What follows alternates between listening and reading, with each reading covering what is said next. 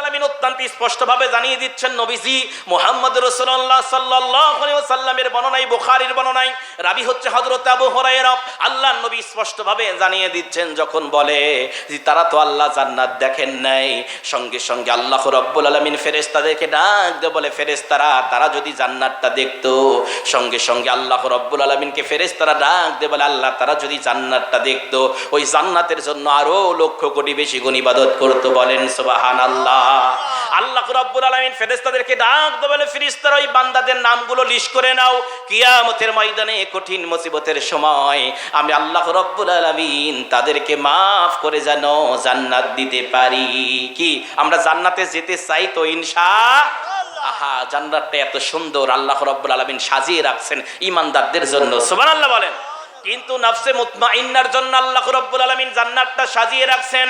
ইয়া আইয়াতুহান নাফসুল মুতমাইন্না ইরজিই ইলা রাব্বিকি রাদিয়াতাম মারদিয়া। আল্লাহ রাব্বুল আলামিন অত্যন্ত স্পষ্টভাবে জানিয়ে দিচ্ছেন, ইয়া আইয়াতুহান নাফসুল মুতমাইন্না, ওহে প্রশস্ত আত্মা, ইরজিই ইলা রাব্বিকি, তুমি তোমার রবের দিকে চলে আসো। সুবহানাল্লাহ বলেন। রবের সন্তুষ্টির জন্য, কারণ দুনিয়ার জীবনে তুমি গভীর রাত্রিতে ঘুমানোর পরেও তুমি ফজরের নামাজ মিস্টেক করো নাই, এমন মানুষ আছে না নাই? শীতের সময় শরীরে ঠান্ডা পানি দিয়েছে, আর পরেও তুমি সালাত কাজা করো নাই। রমজান মাসে কত কষ্ট করেছো, সিয়াম রেখে ভ্যান চালিয়েছো, কত পরিশ্রম করেছো, কষ্ট করেছি, আর পরে একটা সিয়াম তুমি বাদ দাও নাই। আল্লাহ রাব্বুল আলামিন ওই নফসকে ডাক দিয়ে বলতেছেন, ইয়া আইয়াতুহান নাফসুল মুতমাইন্না, ওহে প্রশস্ত আত্মা, ইরজিই ইলা রাব্বিকি, তোমার রবের প্রশান্তির দিকে তোমরা চলে আসো। দুনিয়ার জীবনে কত কষ্ট করেছো, কত নির্যাতন সহ্য করেছো।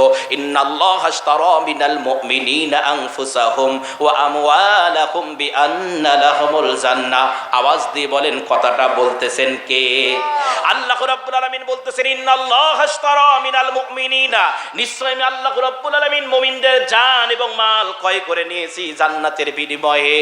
আল্লাহ রাব্বুল আলামিন বলেন, বিআন্না লাহুমুল জান্নাহ, জান্নাতের বিনিময়েই তো আমি আল্লাহ মুমিনদের অর্থ সম্পদ আমার করে নিয়েছি। সুবহানাল্লাহ বলেন।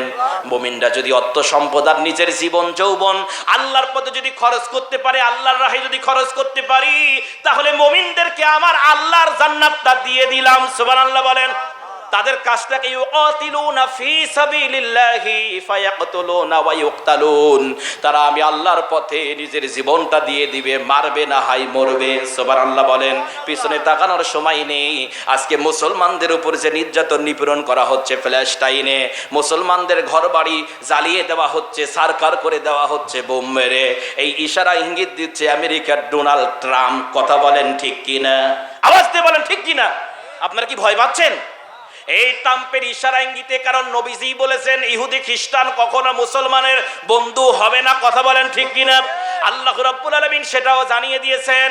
এই জন্য আমরা ইহুদি খ্রিস্টানকে কখনো আমাদের বন্ধু হিসেবে গ্রহণ করব না।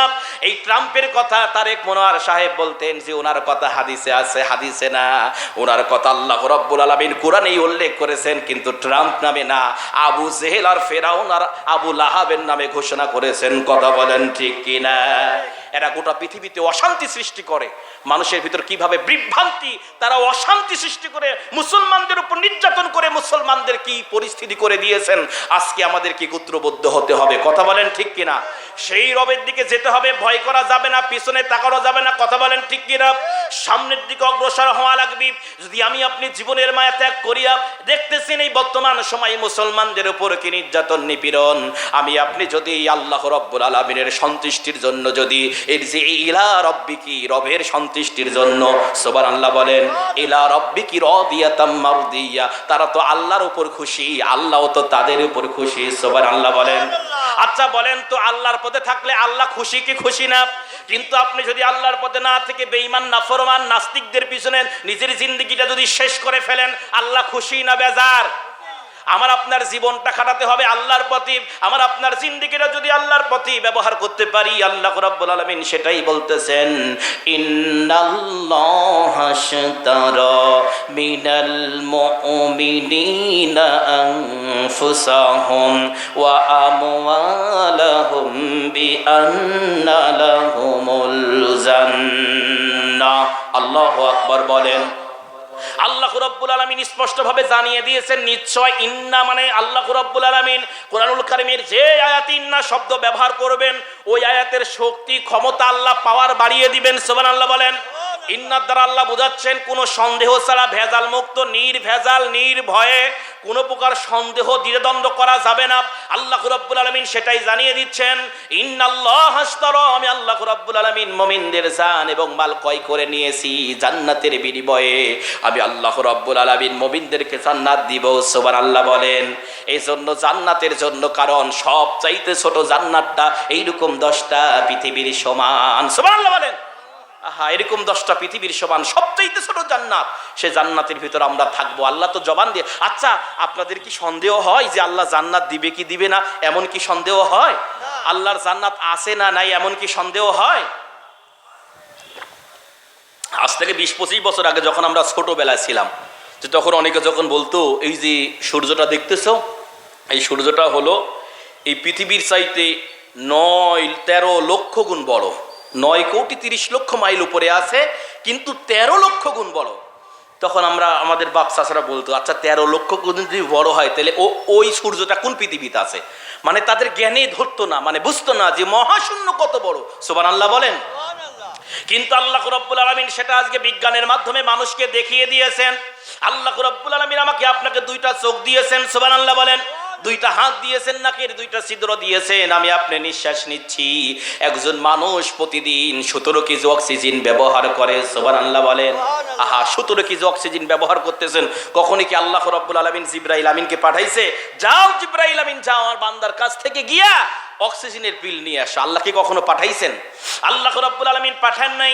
আল্লাহ বলে বান্দা তোর এক গ্লাস পানির দরকার, আমি আল্লাহ রাব্বুল আলামিন সমুদ্রকে সমুদ্র পানি দান করলাম সুবহানাল্লাহ বলেন। আল্লাহ বলে বান্দা তোর এক মুঠ খাবারের দরকার, আমি আল্লাহ রাব্বুল আলামিন কোটি রকমের খাবার দান করলাম। আল্লাহ বলে বান্দা তোর একটু অক্সিজেনের দরকার, আমি আল্লাহ রাব্বুল আলামিন আসমান জমিনের ফাঁকা জায়গাটা অক্সিজেন দিয়ে পরিপূর্ণ করে দিলাম সুবহানাল্লাহ বলে। আল্লাহ বলে বান্দা তোর যত কিছু দরকার সব কিছু আমি আল্লাহ দুনিয়াতে দিয়ে দিলাম, এই নিয়ামতগুলো তুমি ভক্ষণ করবা, আমি আল্লাহ রাব্বুল আলামিনের শুকরিয়া আদায় করবা, আমি আল্লাহ রাব্বুল আলামিন তোমার জিন্দেগীর সমস্ত গুনাহগুলো মাফ করে জান্নাতের মেহমান বানিয়ে দিব সুবহানাল্লাহ বলেন। তাহলে আল্লাহ যে নিয়ামত দিয়েছেন এগুলো খেতে বলতেছেন, ভক্ষণ করতে বলতেছেন, কুলু ওয়াশরাবু খাও এবং পান করো আদেশ করতেছেন কে? আর শুকরিয়া আদায় করবেন কার? বাম হাতে পানি খেলে শুকরিয়া হয় কার? আল্লাহর শুকরিয়া হয়। বাম হাতে ঝুলে স্পিরিট আছে তো আলহামদুলিল্লাহ বলেন। আমার রহিম বাবা স্পিরিটে আছে আলহামদুলিল্লাহ বলেন। ডানে বামে তাকানোর কোনো দরকার নাই, কথা বলেন ঠিক কিনা? পানি কি ডান হাতে খাবেন না বাম হাতে খাবেন? বিসমিল্লাহ বলে না ছাড়া। আজকে দেখেন মুসলমানদের ভিতর ইসলাম আজ থেকে 1500 বছর আগে জানিয়ে দিচ্ছেন যারা ডান হাতে পানি পান করে না বিসমিল্লাহ বলে বসে পানি পান করবে না। এখন বর্তমান সময় চিকিৎসা বিজ্ঞান বলতেছেন তাদের কিডনিতে চাপ পড়ে। বাংলাদেশে প্রতি বছরে গড়ে প্রায় 10 লক্ষ কিডনি রোগে আক্রান্ত হয়, বলেন নাউজুবিল্লাহ। কারণ মানুষের ভিতর নবীজির সেই সুন্নতটা নেই। আমি আপনি যদি ওই সুন্নতটা মানতে পারি আল্লাহ রাব্বুল আলামিন ওই অসুখগুলো থেকে আমাদেরকে হেফাজত করবেন সুবহানাল্লাহ বলেন। কারণ অসুখ বিসুখের মহা ঔষধ আল্লাহ কোরআনকে বানিয়ে দিয়েছেন সুবহানাল্লাহ বলেন।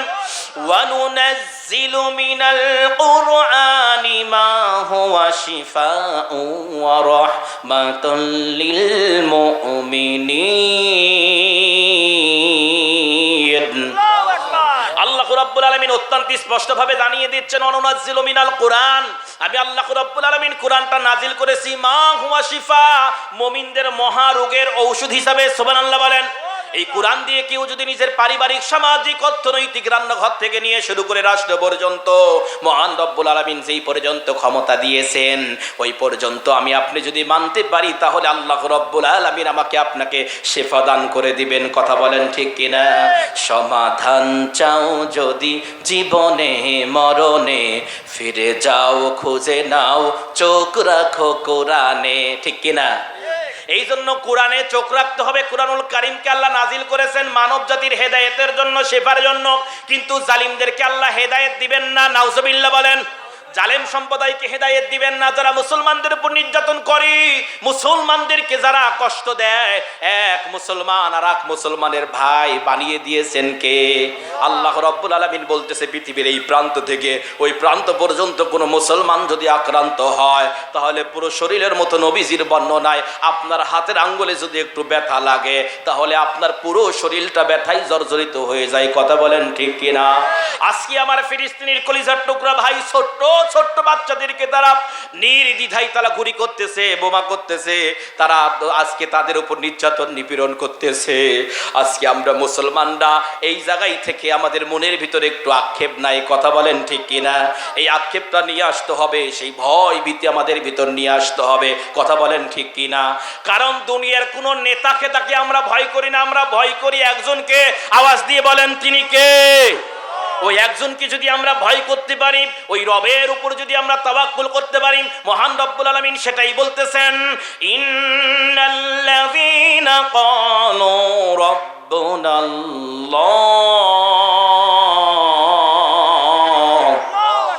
আল্লাহ রাব্বুল আলামিন অত্যন্ত স্পষ্টভাবে জানিয়ে দিচ্ছেন, ইন্নাল্লাযীনা ক্বালু রাব্বুনাল্লাহ, যারা বলবে নিশ্চয় আমাদের রব হলো আল্লাহ, সুম্মাস্তাকাম, ওই কথার উপর অটল থাকবে, অনড়ল থাকবে। কারণ যে মানুষ তার রবকে আল্লাহকে রব হিসেবে মেনে নেবে, ওই মানুষের নাম সুদের খাতায় থাকতে পারে না। কথা বলেন ঠিক কিনা? ওই মানুষ ফজরের সালাত না পড়ে ঘুমাতে পারবে না। কথা বলেন ঠিক কিনা? ওই মানুষ রমজান মাসে সিয়াম না রেখে থাকতে পারবে না। কথা বলেন ঠিক কিনা? ওই মানুষের নেতা খেতা কোনো মুশরিক, বেঈমান, নাফরমান হতে পারে না। কথা বলেন ঠিক কিনা? আল্লাহ রাব্বুল আলামিন সেটাই বলতেছেন, ইন্নাল্লাযীনা ক্বালু রাব্বুনাল্লাহ, যে বলবে আমার রব হলো আল্লাহ, সুম্মাস্তাকাম, এই কথার উপর অটল থাকবে, অনড়ল থাকবে। আমাদের রবকে আওয়াজ দিয়ে বলেন, আমাদের রবকে। আবার বলেন, আমাদের রবকে। আল্লাহ ইয়া মাহরব, এই বলেন না একটু, এই রবই আমার সব। বলেন, আল্লাহ ইয়া মাহরব, এই রবই আমার সব। আল্লাহ ইয়া মাহরব, এই রবি আমার সব। দমে দমে তন মনে তার অনুভব, দমে দমে তন মনে তার অনুভব। আল্লাহ ইয়া মাহরব, এই রবি আমার সব। ঠিক কিনা? আমাদের রবকে আল্লাহ রাব্বুল আলামিন সেটাই বলতেছেন, শোনো, তুমি যখন বলবা ইন্নাল্লাযীনা ক্বালু রাব্বুনাল্লাহ, তুমি যখন বলবা তোমার রব হলো আল্লাহ, সুম্মাস্তাকাম, ওই কথার উপর যখন তুমি অটল থাকবা, অনড়ল থাকবা, পিছনে তাকাবা না, কোনো মুশরিককে ভয় করবা না, বেঈমান নাফরমানকে ভয় করবা না, পিছনের দিকে তাকানো যাবে না, ওই ফেরাউন বাহিনীকে ভয় করা যাবে না, নেতানিয়াহুর বাহিনীকে ভয় করা যাবে না। কথা বলেন ঠিক কিনা? ওই ট্রাম্পের বাহিনীকে ভয় করা যাবে না। তখন তুমি বলবা তোমার রব হলো আল্লাহ। তুমি যখন কোনো ভয় না করে সামনের দিকে অগ্রগতি হবা, ওই কথার উপর ইস্তেকামত থাকবা। তুমি শুনে নাও, তাতানাজ্জালু আলাইহিমুল মালাইকা, আমি আল্লাহ রাব্বুল আলামিন তোমার জন্য ফেরেশতা নাজিল করেই দিব। সুবহানাল্লাহ বলেন। জবান দিয়েছেন কে? ফেরেশতা নাজিল করার ওয়াদা দিয়েছেন কে? আওয়াজ দিয়ে বলেন কে? আচ্ছা, আল্লাহর কথা তো বিশ্বাস হয়। কথা বলেন ঠিক কিনা? সে রব্বুল আলামিন অত্যন্ত স্পষ্ট ভাবেই বলতেছে, তুমি যখন বলবা তোমার রব হলো আল্লাহ, সুম্মাস্তাকাম, ওই কথার উপর অটল থাকবা, অনড়ল থাকবা। তাতানাজ্জালু আলাইহিমুল মালাইকা, আমি আল্লাহ রাব্বুল আলামিন তোমার জন্য ফেরেশতা নাজিল করে দিব। সুবহানাল্লাহ বলেন। আচ্ছা বলেন, তুই ট্রাম্পের বাহিনীকে ধ্বংস করার জন্য লক্ষ লক্ষ ফেরেশতা লাগবে না একটা ফেরেশতাই যথেষ্ট? আওয়াজ দেন, কয়টা ফেরেশতা যথেষ্ট? আরে জিবরাইল আমিনের মাথা, জিবরাইল আমিন তার মাথায় পৃথিবীর সমস্ত পানি ঢাললে তার মাথার চাঁদি ভিজবে না। সুবহানাল্লাহ বলেন। আল্লাহর লক্ষ লক্ষ ফেরেশতার দরকার নাই।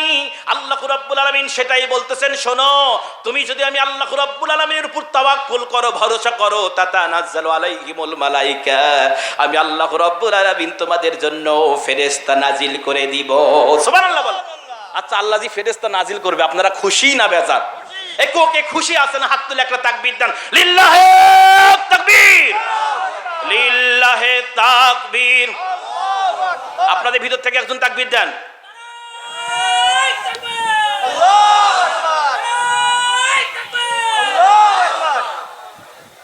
আলহামদুলিল্লাহ বলেন।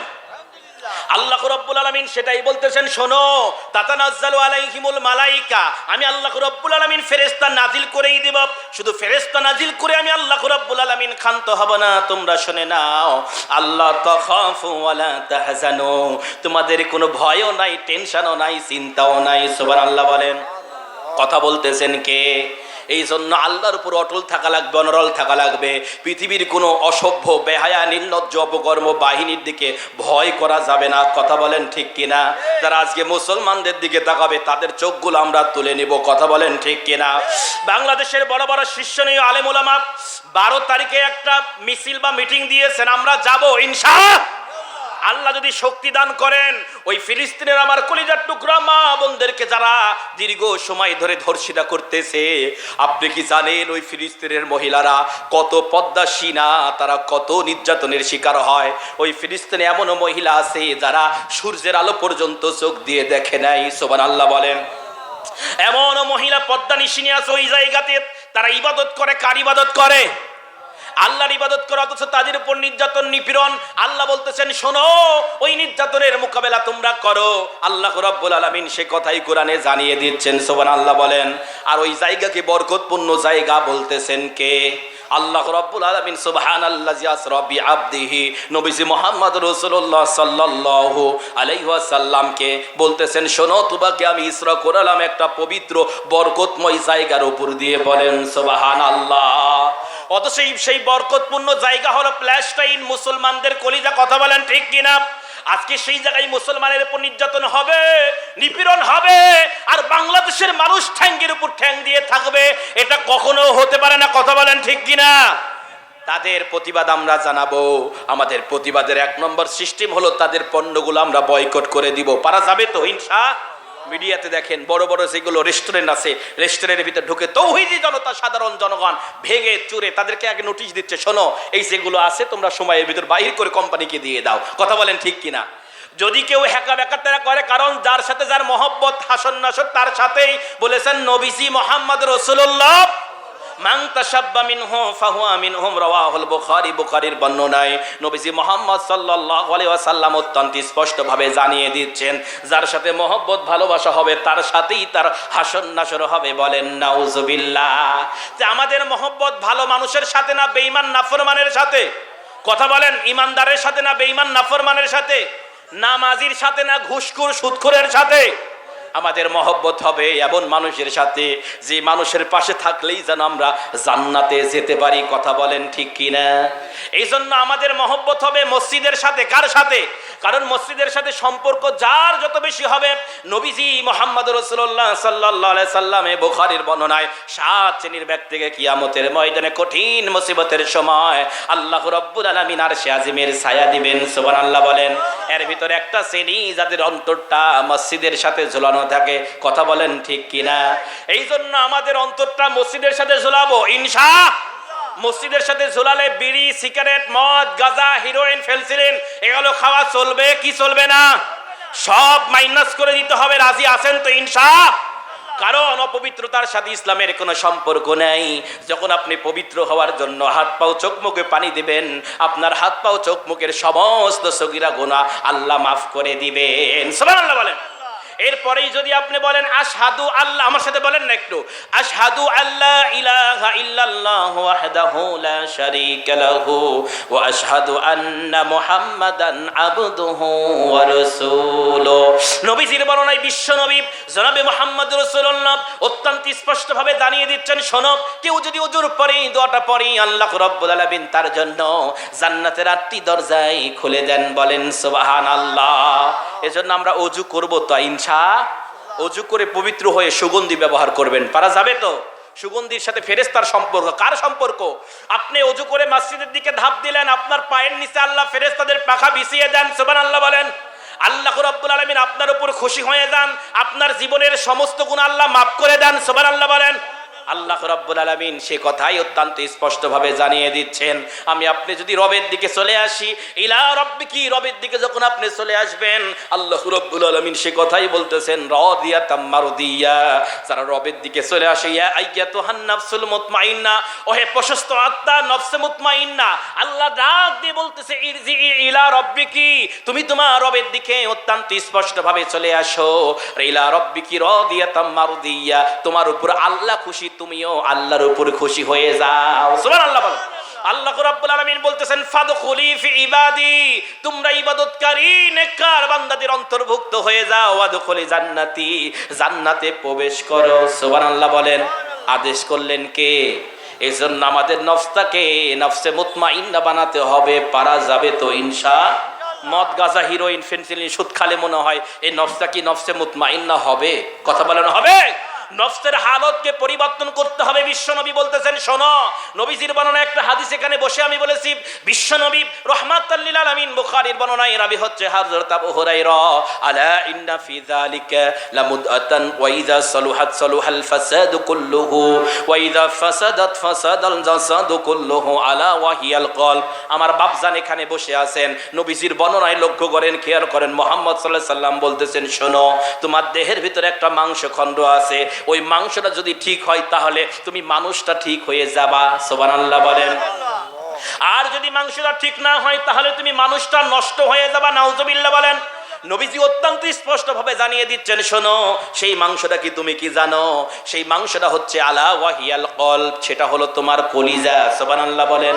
সাহাবায়ে কেরাম আশ্চর্য হলেন, নবী গো, আপনি যদি বাহিরের কোন অঙ্গ পতঙ্গের কথা বলতেন, আপনি যদি বলতেন হাত পরিষ্কার হলে মানুষ পরিষ্কার, তাহলে হাতটা ডলে মুছে আমরা পরিষ্কার করতাম। সুবহানাল্লাহ বলেন। আপনি যদি চোখ মুখের কথা বলতেন, ডলে মুছে পরিষ্কার করতাম। ওগো নবীজি, আপনি এমন একটা অঙ্গ পতঙ্গের কথা বললেন, আলা ওয়াহিয়াল কলব, সেটা হলো কলিজা, আর সেইটা তো ভিতরের জিনিস, ওইটা আমরা পরিষ্কার কিভাবে করব? সঙ্গে সঙ্গে নবীজি জানিয়ে দিচ্ছেন, শোনো, সেইটা পরিষ্কারের মাধ্যম হলো আলা জিকিরিল্লাহ, আল্লাহ রাব্বুল আলামিনের জিকির। বলেন সুবহানাল্লাহ। কার জিকির?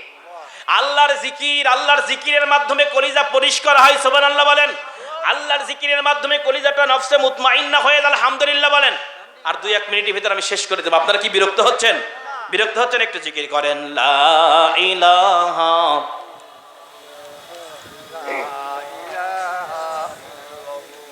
জোরে লা ইলাহা, লা ইলাহা ইল্লাল্লাহু মুহাম্মাদুর রাসূলুল্লাহ সাল্লাল্লাহু আলাইহি ওয়াসাল্লাম। এই হাদিসটির ব্যাখ্যা শেষ করে আমি শেষ করে দেব ইনশাআল্লাহ।